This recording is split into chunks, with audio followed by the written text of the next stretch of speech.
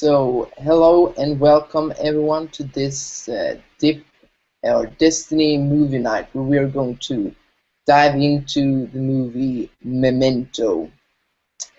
And with me here today I have Michelle and you have relocated yourselves to a different country as I understand it.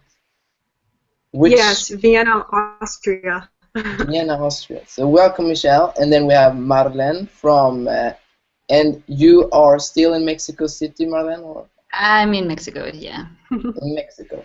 All right. So participants or viewers, you're able to interact with us through using the question and answer function. So you can ask any questions and we will answer them to the best of our ability. So Marlon, if you could begin with taking us through this movie. What is it about? Yes.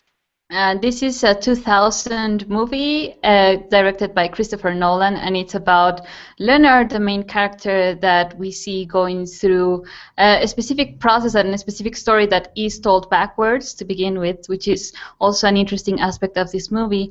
But essentially, we are being told that he has a short-term memory condition that began after he had a particular incident at home wherein two burglars, robbers, whichever you want to call them, attack his wife, and so one of them smashes him onto some mirror, so he falls to the ground, and the last memory that he can remember is his wife dying.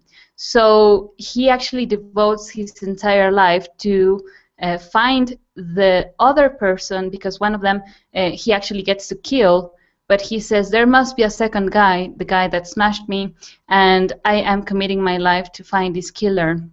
So we're taken from backwards and also intertwined with some other black and white linear time frames of the movie, wherein we get to walk with him, that story, in the same condition that he's at, because we have no reference of the past, because we're going from future to past. So that's an interesting aspect of how we walk with Leonard, the main character, in getting to understand who is he following, why is he committing his life to this, to finding this killer, and so forth. So we will be discussing essentially the aspects of memory and this reference that he has to make of this his life purpose. Yeah. So Michelle, what is so fascinating about this movie? To me, I say one point that's fascinating is how much we depend on our memories to the extent of living our lives. Like Leonard, the main character, he wasn't able to create new memories, so he had to depend on his own notes and tattoos, which acted like memories to remind him of what he's supposed to do, which is to find the man that killed his wife. So we, even within ourselves, like we have notes or reminders as these thoughts and beliefs about who we are and what we're supposed to do and why we do something, and it can be limiting for us instead of like us actually questioning ourselves within these notes or memories that we have, for example. So, John, like for example, Leonard had the tattoo "John G. killed and raped my wife. Find him and kill him." And so it's like he gave himself instructions to himself, and he depended on this information to drive him in his life, essentially. Yeah. So I mean, what you're saying is that he has this body filled with tattoos, and it's like these sentences, and they work as his memory, and that's how it's sort of he gives himself direction through these small stories tattooed in his body. So I'm going to go into a part of the movie and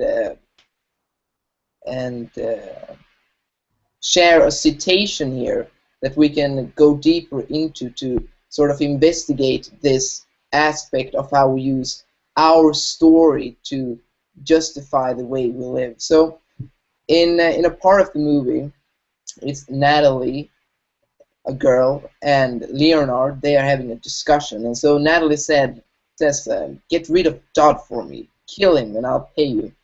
And Leonard says, "Are you crazy? I'm not going to kill someone for money." And Natalie says, "Well, what then? Love. What would you kill for? You'd kill for your wife, wouldn't you?" And then Leonard said, "Well, that's different." And Natalie, "Not to me. I wasn't fucking married to her." And so, Marlon, how is it then that, well, we use these sort of stories that we give value and worth in ourselves through the energies in order to justify the way that we live, in order to justify sort of the lie we live? Yes, in his case, like the last memory that he has is of his wife dying, and obviously his wife was his whole life. You know, he loved her, and he then commits himself to do that because of that love. And in Natalie's case, it's also related to someone she lost, and so each one justifies their own means, so to speak, based on the emotional attachment that they have to someone, for example. And in this case, it's very interesting to point out how we justify something like killing just because of love or just because of money. And so in both cases, each one is using their own mind frame, their own memories to justify the act of killing, so to speak, instead of looking at it in common sense, like, hey, we're talking about killing someone, you know. So we are also, as viewers, trapped into this perception of, oh, you know, he's right because, you know, he loved her and it was his wife. So you as a viewer also have to interact and say, well, wait a minute, they're talking about killing someone. Is it justifiable in any way? And of course it isn't. But here we get to see how in our minds we justify the ends because of our reasons, our justifications, because I loved her, because I love the money, because whatever. And in that's where there's no self-honesty, of course, in the memories, meaning you don't really get to see, oh man, I'm talking about killing someone here. Yeah, so it's a fascinating point about how this Leonard places his own feelings beyond, you know, actual physical reality. So Michelle, how is it then, and do you have an example from your own life maybe, where we make a feeling and an emotion sort of our drive to live, the why in our lives? Like a personal experience from me? Yeah, do you have, so like, can you relate to it? How we, you know, instead of looking at the common sense, we have a memory and we say, okay, that memory, that is my precious thing, and what I feel towards it, you know, that is what I'm going to live out. And then also, if you do have, can relate to it, sort of what consequences could you see that develop from it? Yeah, I see how I had an energy towards becoming famous, and I like pressured my friends to like be in this band with me, and like I was so determined to be famous because of like these feelings I had towards being famous that I was actually acting quite mean to my friends, kind of putting pressure on them to like perform better and stuff like that. So when we have like an emotion towards something, you know, if we have a really big desire, we tend to kind of get so, we're like so tunnel visioned, consider everyone else like in our lives. So we can have such a drive to do something, but we don't realize how we're affecting everyone else around us. So that's an example I have. Can you relate to that, Marlon? Yeah, in a way also for the future projection aspect. It was, in my case, mostly to find that one point that I wanted to become. And as you know, it's also linked to this famous or having the ideal life, the ideal partner, the ideal job, whatever. And in that we miss out everything else. So we make like this whole point of our life that single point to attain, like we call it happiness at times. And so we miss out every single moment of our lives just because we are constantly seeking to attain something. So we're like this hamster on a wheel chasing this one little thing, and in that we miss out every single moment that we are living our life just because we believe that our point, our aim, our purpose is to get that one carrot, for example. And it's a very limited way to live our lives. So this process has also allowed me to understand what that carrot and stick was in my case, and to let go of it, and rather understand that life is about creating that happiness, not only for myself, but in a collective manner as well. So definitely letting go of that one single drive in my life as for an emotion, for a feeling, and rather look at, okay, what would be cool to create for myself in my life every single day. Yeah. And I mean, that's interesting because, I mean, in a way, that's what Leonard does. He has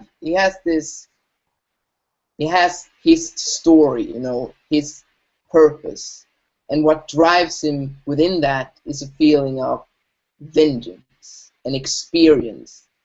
And the consequence of him only going for that experience is that he misses out, you know, everything that his life has to offer, and what he's actually able to create with his life that would be cool and beneficial, and maybe also learn from what happened to his wife and see sort of how it came to be. And another interesting aspect is that in the movie, it's actually so that Leonard has killed his, you know, the gangster, the guy that killed his wife, several times. Because he killed the first guy, but then he wasn't satisfied because he forgot about it, and then he moved on to kill another guy. So, Michelle, this point of then lying to ourselves, where we believe we have the facts and we believe we are righteous and we are moving in a direction that is sort of common sense, but really our drive is just this emotion. Would you say that, I mean, why do we do that? In the movie they say we do it to be happy. You know, we all lie to ourselves to be happy, but why would you say we do it? Well, I see it because we are so conditioned to feel good, and we are not taught to look within self-honesty, you know, with ourselves in our past, and to actually like admit what we've done, like in the mistakes we've made, are probably not pretty. So we really, you know, just basically how I see it is we try to avoid the negative, and we want to avoid parts of ourselves that are not best, and that if it were to be exposed to us, we would see that there needs to be a change. But we ignore that. You know, we try to suppress, you know, what we see or know about ourselves because you know, we're not taught or skilled to really look at that and how to deal with that. And in Leonard's case, it was so much easier for him to keep himself in like a loop or a cycle, just doing the same thing, reminding himself of the thing over and over again, because that's apparently what made him happy. So yeah, that's basically what I see. I mean, no one or nothing's going to change in this world if we don't actually face ourselves, and we don't face those parts of ourselves that require change. So yeah, everyone wants to stay within their own world, and you know, where they can just suppress themselves and condition themselves to not face things. And that's why we have all this entertainment, and you know, and there's addiction. So yeah, it's a problem. I see it as such. So Marlon, do you also see it as a problem at this point? Yeah, what I saw in him is that lying is a choice, in fact, that he makes, because there are moments wherein, even if he takes Polaroids of people to remember who they are and have a quick reference of how to behave to them, which is also what we do in our memories, like we hold these profiles of who am I toward this person, and so create our personalities, he then decides at some point to write something that will continue the lie that he wants to live in, as Michelle was saying, because he's comfortable in that lie. He enjoys the fact that he has that purpose and that drive to be the detective and seeking out the bad guys, and not realizing what he has become. He has become an actual killer that is justifying everything that he's become based on these lies that are actually chosen by him. You know, everything that he writes becomes his law. So in that, it also relates to how we kind of store the memories and how we decide to either look at them in self-honesty, which would be looking at the facts and taking responsibility for how one acted in that moment. And if we don't do that, but we decide to be the ones that are winning, that are the abused, the victims, which is what Leonard did, then it keeps us in this comfort zone of not having to take responsibility because, oh, I was the one that was abused, for example. So yes, lying to ourselves is a comfortable thing to not take self-responsibility, I'd say. So, Michelle, if let's say we push through this point, okay, we take responsibility for ourselves, what does that imply, and are there any rewards within doing that? Do we get something out of it? Yeah, I mean, if we take responsibility of what we've done in the past, then we are able to learn from what we did, and we also understand how we got there, why we did that, and that will benefit us and help us because then we'll know what to do next time if a situation like that were to happen again, and we know how to change because we already learned from what we did. So it is beneficial to take responsibility and then from that find a solution. I'm not sure if Marlene, if you have something to add with that.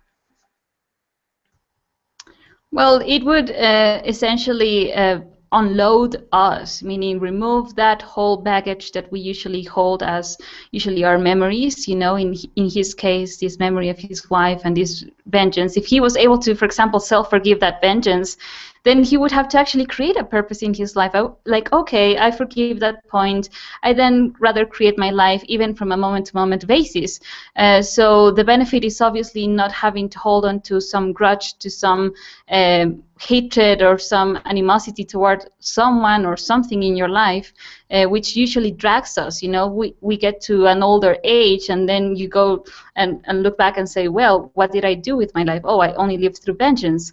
So who wants to live like that? I bet no one. So there are ways to actually self-forgive, which means a letting go process wherein, as Michelle was mentioning, you take responsibility to ensure you don't commit the same mistakes, and that is definitely liberating for sure. And you know, while you said this about how he has this purpose and how he sees himself as a detective and an investigator, and you know, at some point in the movie when he makes this decision to continue the lie, he says, I was only a good guy, I was only trying to do the right thing. That it's so cool to see that we can see this pattern everywhere in our world. And what came up was, for example, the United States and the war on terrorism. Because if we look there on the sort of play out, you know, there was this terrorist attack. And then America as a country is, oh, I'm so hurt, so I'm going to get out there and, you know, get my vengeance. But then over the years, it's quite obvious how the initial, if there even was such a point, and the initial intention to sort of set things right, that is no longer the point. It's only a facade, the facade of the righteous nation out to get its right justice. But you know, in actuality, what goes on behind the scenes, it's just self-interest and furthering self-interest. And I mean, it's a fascinating point to look at. And can you see this in your life as well, where, Michelle, where you have like a facade that you sort of say to yourself that I'm doing this for good reason, I'm doing this for this and this and that, and then sort of convince yourself of that. While when looking deeper at it, there must be something more, like another reason moving within. I'm not really sure, like, how, I don't know, a facade? Can you explain more, Victor? I'm not really sure. how to explain it or say it. Yeah, okay. Or when you simply like try to convince yourself like you're doing the right thing because this is for this purpose, for example, like let's say stopping eating, an example, and you say, but this is a good thing, you know, because I'm going to lose weight, I'm going to look perfect, and I'm going to be just beautiful, and you justify that end in your life as your whole drive without really looking at, wait a minute, what's going on with my physical body, that type of situation, for example. That's exactly what I mean. And then also, for example, like this, oh, I'm just going to go down a couple of kilos because I do it for my body. But then, like, in reality, it's like, oh, I want to look so hot when I go on that beach this summer. You know, like, there's a facade, and then behind, there's something else. Okay, I get it. I get it. Okay. So in relation to eating, yeah, like for example, I've been on many diets and I would tell myself, you know, I'm doing this to clear out the toxins, to detox, to be healthier, but really it was because I didn't like how my body looked. I was, you know, I was quite overweight and I had a lot of insecurity issues, but I was telling myself, yeah, this is the right diet, this is going to help me. So yeah, I can relate to that point. Yeah, cool. So, Marlon, would you say then that self-honesty is the solution to sort of be able to let go of those facades and getting to the real stuff? Yeah, I related to this happiness point, like we all lie ourselves to be happy, and so how we usually are very tunnel visioned into our version of the lie that we tell ourselves, like, oh, if I get this amount of money, I'll be happy, and if I get this family, I will be happy in my life. So what self-honesty implies here is taking the happiness example is to start looking at happiness not as something that is your own personal experience and you don't consider the rest, but actually getting to realize that real happiness cannot exist if it's not in the consideration of everyone as well in this world. So the actual point of stopping lying to ourselves is to pretend to think positively, for example, or pursue this one thing just to feel kind of nice for a little while, instead of understanding happiness as a process to create a better life for everyone on this earth. And that's what I've redefined happiness to be, for example. So self-honesty is then kind of stepping outside of that one self-story of, for example, me, I want to be a famous person, for example, and stepping outside of that individual mind frame and saying, well, what would really be happiness in this world, you know, and considering the money, the system, the society, all people or all individuals involved in this as well. Cool, Marlon. So let's move on to another section, so to speak, and it's about selective memory. And I will introduce this with a citation. So Leonard says in one point in the movie, facts, not memories. That's how you investigate. I know, it's what I used to do. And it's then in relation to, well, how can you know that you're going to get the right guy when you don't have a memory? So what is fascinating about this is that, you know, the notes that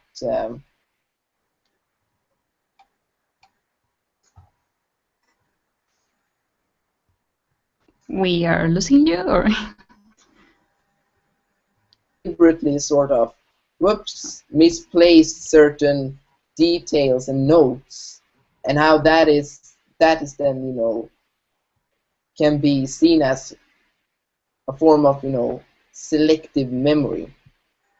So, do you hear me? Yes, we lost you for a little bit, but we got the last part. Okay, so it's about selective memory. Yes. And Marlon, how do we use selective memory to support our self-dishonesties, and how does this affect our process of self-investigation? So in this process, what we do is we actually use our memories, we use writing a lot to, as Leonard, kind of get to know who we are and remind ourselves what we've done, what we've been, and so forth. So memory is definitely a tool for us to investigate ourselves. But what happens with selective memory is that, for example, we're writing about a very sore spot in our life. And so as we're writing it, we sometimes, if we don't apply self-honesty, which is really getting to face maybe the ugly, the not so pleasant aspect of ourselves, and we decide to maybe not take that one memory to really face the truth of ourselves, and decide to use another aspect that is maybe less relevant but less sore, so to speak. By sore, I mean aspects that if we actually dig into them and get to open it up like Pandora's box opening, then we would have the actual gift of transcending a point, of understanding why we held a grudge towards someone, or why we held some hatred or anger or any other experience. And it would be a real point of self-change that would have to come through that, because when you are selecting a memory that could be not as desirable to get to know of yourself, maybe the dirty aspects or the things that we judge as bad or mean of ourselves, those are mostly the aspects wherein the most ability to change, so to speak, exist. And if we don't select that, and with selective memory, if we are not self-honest, if we don't decide to really go in there, then we will go to a comfortable zone, like, oh, I'll leave that for later. I'll go to this one little other aspect that is more comfortable. I don't have to change as much. So in that, we really diminish our ability to investigate ourselves and to really get to know the truth of ourselves, because the truth of ourselves is actually existent in what we've done, who we've been, in our memories. So if we don't really apply I see all memories, I investigate them all, then we get onto this dishonesty of, oh, I select this memory because it suits me, I don't have to change as much. So that's where self-deception and self-dishonesty exists. Yeah, and then, for example, what Leonard did is that he deliberately removed those memories or those aspects of his investigation that, if he would have considered them, he would have seen that the killer sort of was already dead. So, Michelle, can you relate to this as well? What do you see in regards to this point of selective memory? Well, I see it as in another dimension as well. I see selective memory in terms of picking out memories that you want to use to define yourself or to fuel like a decision you made. So like in my case, when I would get into a conflict with someone, I would use memories of myself with that person to justify why they are the way they are and why I'm like the more mature, better person.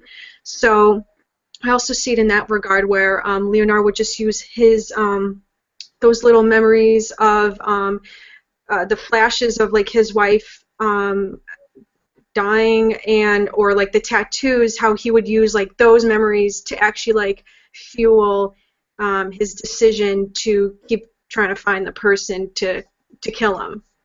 Yeah, that's very interesting. And if we sort of bring this pattern to a more existential level, have you, for example, read textbook literature for that the children elementary school, and in particular the history books? Because I find it so fascinating to read about the parts in the books that are about one's own country.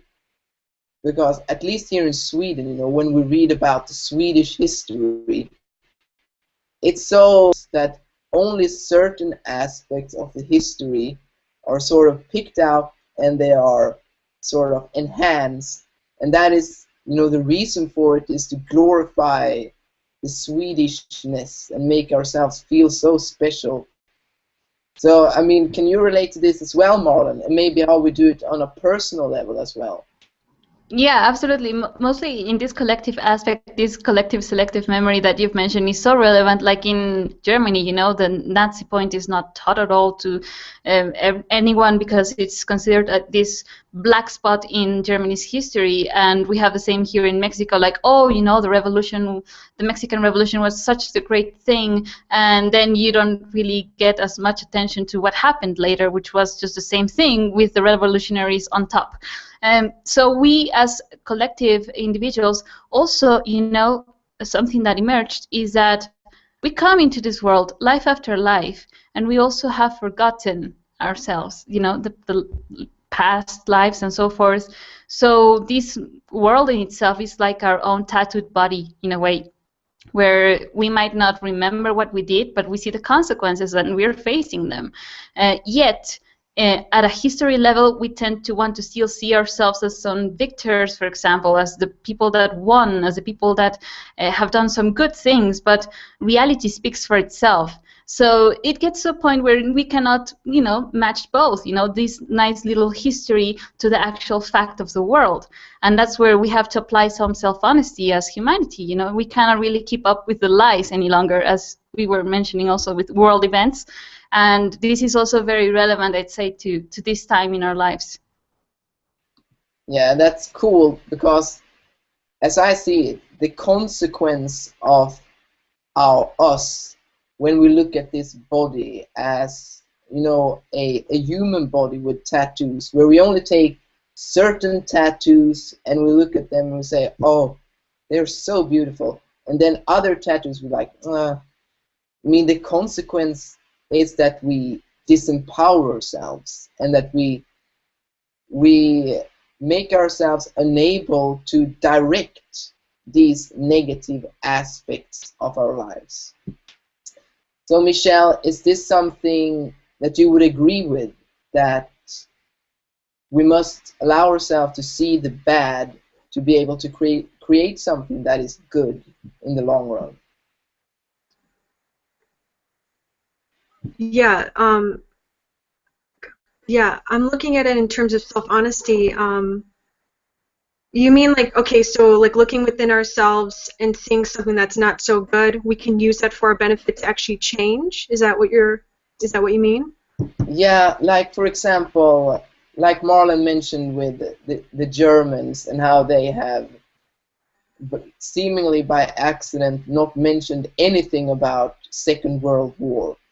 So if they would have mentioned that, because that's like a bad thing, then they would have been able to investigate sort of the process that went into creating that point. You know, why were they sort of so swayed by a dictator? And so looking at that in our own worlds, how it is that when we don't dare to look at the bad things, that we limit ourselves. Do you understand it when I Yes. like that? Yeah, so it's like, we want to hide and avoid certain aspects of ourselves, but we're not realizing that the more that we don't look and we avoid, we're actually creating more consequences, and we're not actually doing anything of benefit. Yeah, exactly. So, yeah, and self-honesty is really not something nice or beautiful, and that's so key in our process. And that's also related to the selective memory. If we don't go and actually dig into the so-called evil, dark places, we will be continued to be kind of haunted by by that evil aspect of ourselves, which is so relevant in facing, because it's what we've created of ourselves. We cannot continue denying, and that also applies to kind of human history at the same time. So without self-honesty, which is really daring to look in self-honesty and taking self-responsibility, such as in the example of Germans, realizing, yes, we did this, let's look at the consequence, so that we ensure that we don't create the same in the future. And that's so empowering. So it shouldn't be veiled, it shouldn't be placed in the backyard or, just hidden. It should be confronted and actually explained with its gruesome aspects, so that we get that factual evidence and ensure that we prevent it from happening again. Yeah. And I do want to add something. I think that also the reason why, for example, with the Germans' point and why we want to like hide and avoid things is we don't really know, or we don't really have the awareness that if we actually do bring these things up, we actually can change, and we exist in these points any longer. So that's what I wanted to just simply add. Okay. So, Michelle, why is it then important that we use self-honesty when we work with our memories? Is it something you can add to that on the discussion we've had here? Yeah, I mean, if we don't use self-honesty, we won't really be able to change. It does take self-honesty to really change oneself and to transcend points. Otherwise, like, you're kind of changing, but you do leave like back doors in your mind to kind of fall into the same points again. So when you use self-honesty, you really have to be absolute. You really have to be open and intimate with yourself, making a decision. Okay, I'm going to walk through this. I'm going to see what comes forth. But I do know that if I see this, then I can find a solution. I can find a way to change. Excuse me. So if Leonard, for example, if he was being honest with himself, he would have written notes to remind himself of his self-honesty or his truth, but he didn't. He wanted to actually stay in a pattern. Otherwise, he would have no point to live. Yes, very cool. So, I think I would like to round off this hangout with going into like some more solution aspects. So, Marlon, in terms of what we've discussed here, what would be the solution so that we make sure that we don't hide from the bad? How can we approach it so we sort of don't go into that way of looking at memories? Yeah, it would actually begin with using the tool of writing, which also, Leonard uses as the facts of his life, and use writing as a way to mirror ourselves, to get back into the memories of our lives and to see and investigate, how is this memory affecting who am I in this moment? How am I basing my decisions upon an experience, an emotion, a feeling toward this thing or some event in my life or some trauma that we hold on to? And if we don't liberate ourselves from that through, for example, applying self-forgiveness and the corrective application, which is not allowing ourselves to be driven by this memory and holding it as our sole purpose to live and so forth. If we continue in that limited mind frame of who am I as my memories, as the character that I've built, such as Leonard did, we limit our lives extensively. So the solution is to actually walk a process wherein we use the fact that we can remember and actually say, well, I'm going to face myself, face the dark spots, the evil places of myself, and understand that we've got now the ability to choose to live in self-honesty, which is doing what's best for all. I decide to confront my consequences, to take responsibility for myself, to ensure I don't commit the same mistakes of the past.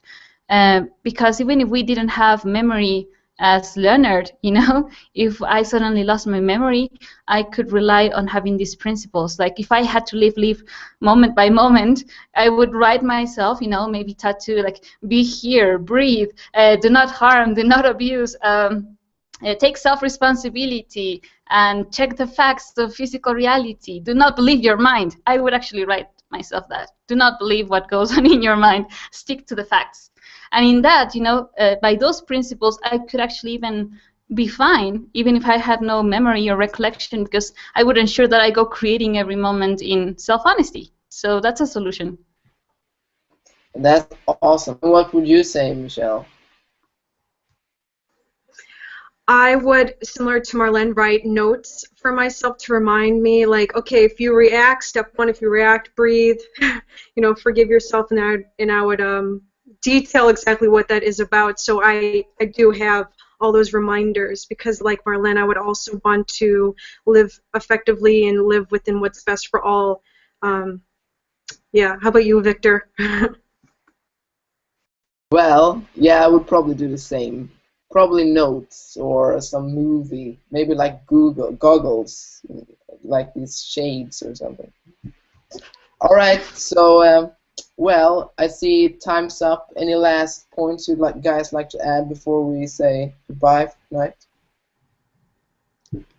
Yeah, that memory is interpretation, and that's what's said in the movie. So it's really important to use our memories as tools of self-investigation, and it's a choice to continue lying ourselves. So if we choose to stop lying to ourselves, we will then get a little bit closer to living in self-honesty, which is realizing, okay, I did participate in that, I have to take responsibility for it, I have to change myself.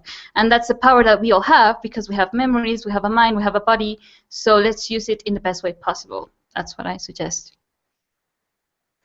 It's cool. And you're satisfied with what you've said so far, Michelle?